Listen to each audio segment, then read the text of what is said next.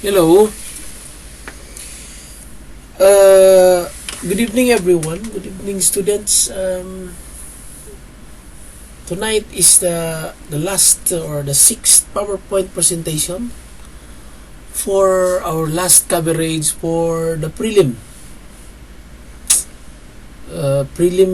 period. We will talk about the closing statements on the previously discussed mortgage law, and we will discuss the introductory portion of the negotiable instrument law. Okay, here we go.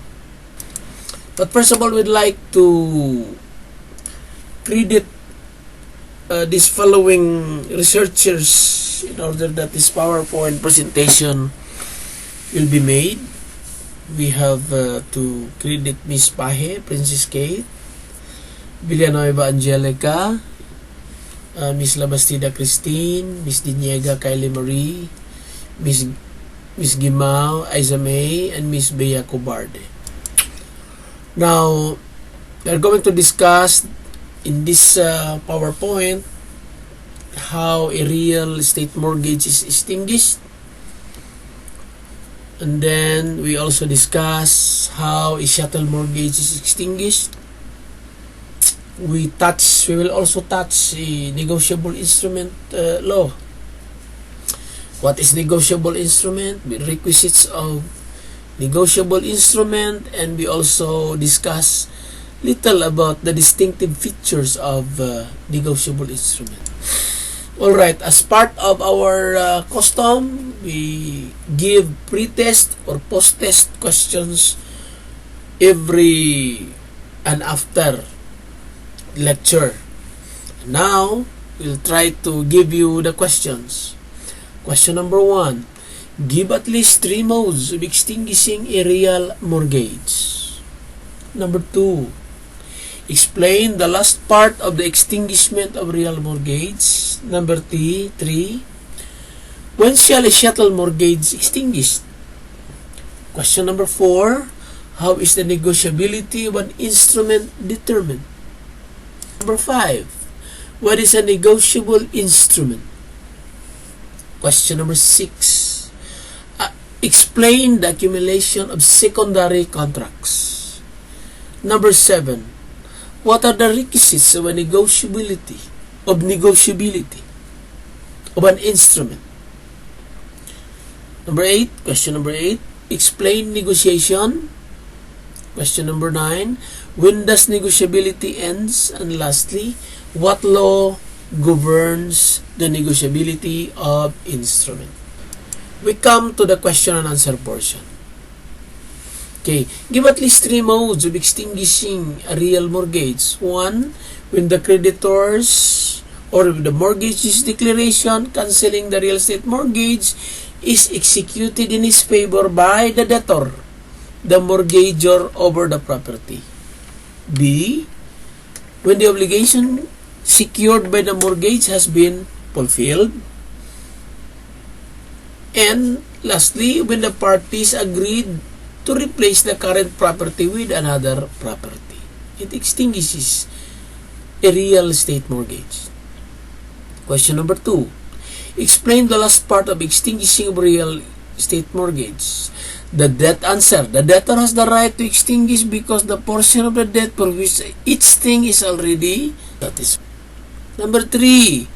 When shall a chattel mortgage extinguished? Answer. Such sale shall be cancelled upon payment of the debt or performance of the specified obligation according to the terms of the contract. Question number 4. How is negotiability of an instrument determined? Answer. Test. Once you determine if the instrument on its face complies with the requisites under Section 1 of the Negotiable Instrument Law. Number 2. When negotiability ends, Section 47 of the Negotiable Instrument Law provides that an instrument negotiable in its origin continues to be negotiable until it has been restrictively endorsed or discharged by payment or otherwise. Number 5. What is a negotiable instrument? Negotiable instrument is a written contract for the payment of money which is intended as a substitute for money and passes from one person to another as money in such a manner as to give a holder in due course the right to hold the instrument free from defects which is available to prior parties. Number 6. Explain the accumulation of secondary contracts. Secondary contracts are picked up and carried along with them as they are negotiated from one person to another, or in the course of negotiation of a negotiable instrument, a series of judicial ties between the parties thereto arise either by law or by probity. 7. What are the requisites of negotiability? A. A document must be in writing and signed by the maker or drawer. Number 2. Or B. Such instrument must contain an unconditional promise or order to pay a sum certain in money. C. Such instrument must be payable in demand or at a fixed determinable future time. And E. Such instrument, or when the instrument is addressed to a drawer, it must be named, or he must be named, or otherwise indicated therein with reasonable certainty. 7. Explain negotiation. Negotiation is transfer of an instrument from one person to another in such a manner as to constitute the transferee a holder thereof. A holder is the payer or enforce a bill, a note, who is in the possession of it or the bearer thereof. When does negotiability ends? Question number 9. Section 47 of the Negotiable Instrument Law provides that an instrument negotiable in its origin continues to be negotiable until it has been strictly endorsed or discharged by payment or otherwise. Number 4. What law governs the negotiability of an instrument? Answer. Act number 2031 or an act entitled the Negotiable Instrument Law. Okay, let's come to discussion. Let's talk about real mortgage or real mortgage and chattel mortgage. Extinguishment of a real mortgage. A real estate mortgage is extinguished when the creditor or mortgage declaration cancelling the real mortgage is executed in his favor by the debtor or the mortgagor over the party. Number 2, when the obligation secured by the mortgagee has been fulfilled. And number 3, when the parties agree to replace current property with another. Number 4, extinguishment of real estate's mortgage. The mortgage is divisible if several things are given in the mortgage and guarantees only a determinate portion of the credit. The debtor in this case shall have the right of the extinguishment of mortgage. 1. If such sale shall be cancelled upon payment of the debt or performance of the specified obligation according to the terms of the contract. And that is the end of our real or chattel mortgage. Now, let us discuss negotiable instrument. What is a negotiable instrument? A negotiable instrument is a written contract for the payment of money which is intended as a substitute for money and passes from one person to another as money, in such a manner as to give a holder in due course the right to hold the instrument free from defect and is available to prior parties. The instrument must comply with the Section 1 of the Negotiable Instrument Law to be considered negotiable.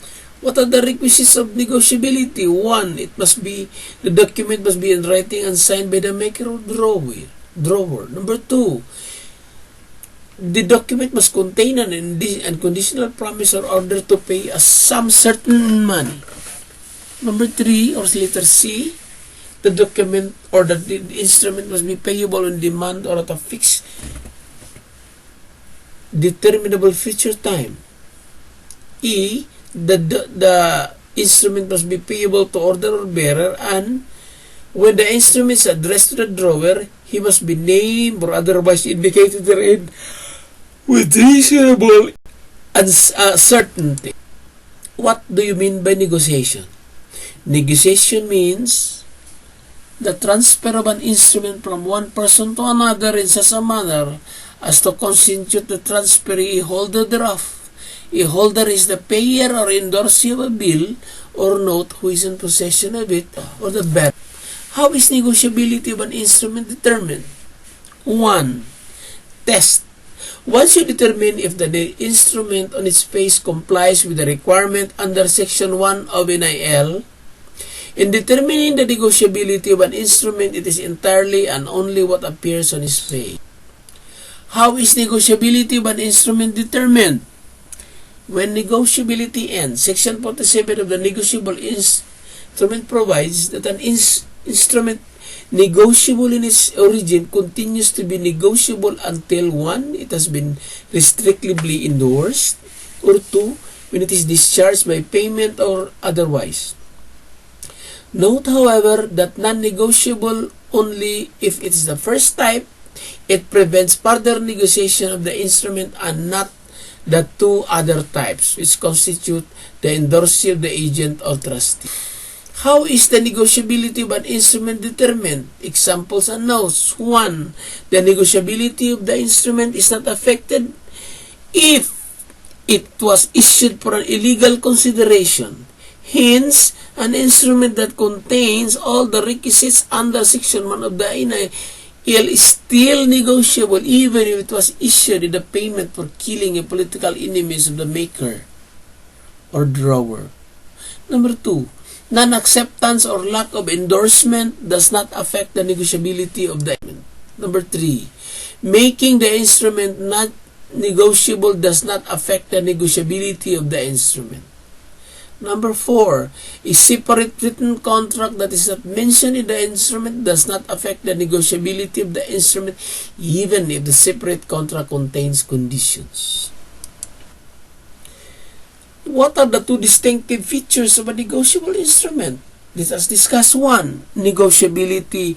It is the attribute or property whereby a bill or note or check may pass from one hand to hand, similar to money, so as to give the holder in due course the right to hold the instrument and collect the sum payable for himself free from defect.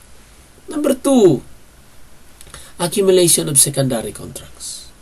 Secondary contracts are picked up and carried along with them as they are negotiated from one person to another, or in the course of negotiation of a negotiable instrument, a series of juridical ties between the parties thereto arises either by law or by probity. And with that, I will say thank you for listening. Thank you for listening the introductory portion of the negotiable instrument law. Class, this will be our last topic for the prelim exams, and we will agree when will be our prelim. So